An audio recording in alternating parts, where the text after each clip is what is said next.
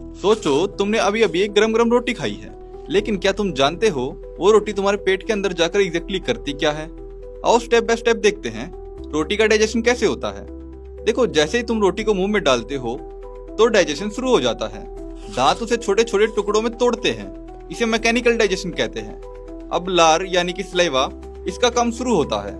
Saliva में एक enzyme होता है सलाइवरी अमाइलेज, जिसे टाइलिन भी कहते हैं। यह एंजाइम रोटी में मौजूद स्टार्च को तोड़कर सिंपल शुगर यानी मेल्टोज में बदलना शुरू कर देता है।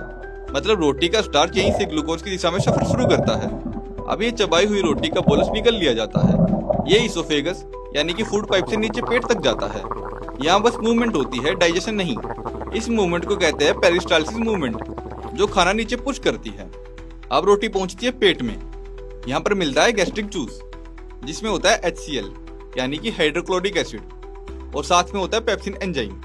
यहाँ एसिड होता है, इसलिए सलाइवरी अमाइलेज काम करना बंद कर देती है। अब पेट का पेप्सिन रोटी में मौजूद प्रोटीन यानी ग्लूटेन को छोटे छोटे पेप्टाइड चेन्स में तोड़ता है और पेट इसे एक सेमी लिक्विड में बदल देता है। इसे कहते हैं काइम, यानी कि जो ये आपको पेस्ट जैसा दिखाई दे रहा है, यही होता है काइम। अब ये काइम धीरे धीरे छोटी आंत में भेज दिया जाता है।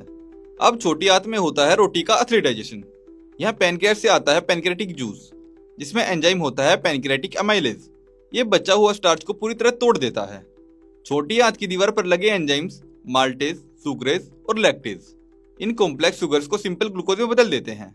रोटी का प्रोटीन भी यहाँ पेप्टिडेज एंजाइम से टूटकर अमीनो एसिड बन जाता है, और अगर घी या तेल साथ में था तो बाइल और लाइपेज उसे फैटी एसिड में तोड़ देते हैं।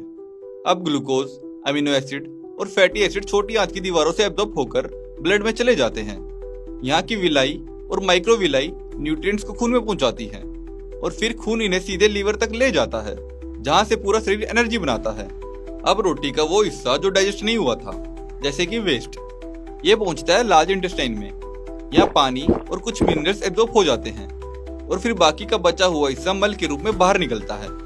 यानी कि जो रोटी तुमने खाई थी उसका स्टार्च एनर्जी में बदल गया, प्रोटीन बॉडी रिपेयर में, फैट एनर्जी स्टोरेज में, और फाइबर ने डाइजेशन को स्मूथ किया।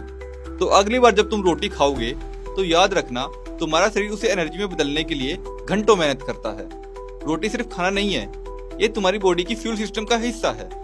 तो अब आपको पता चल गया है कि रोटी का डाइजेशन कैसे होता है। तो अगर आपको ये वीडियो अच्छी लगी है तो वीडियो को लाइक कर दीजिए और कमेंट करके बताइए कि आपको नेक्स्ट वीडियो किस टॉपिक पर चाहिए। साथ में ऐसी और वीडियोस को आप हमारे चैनल पर देख सकते हैं।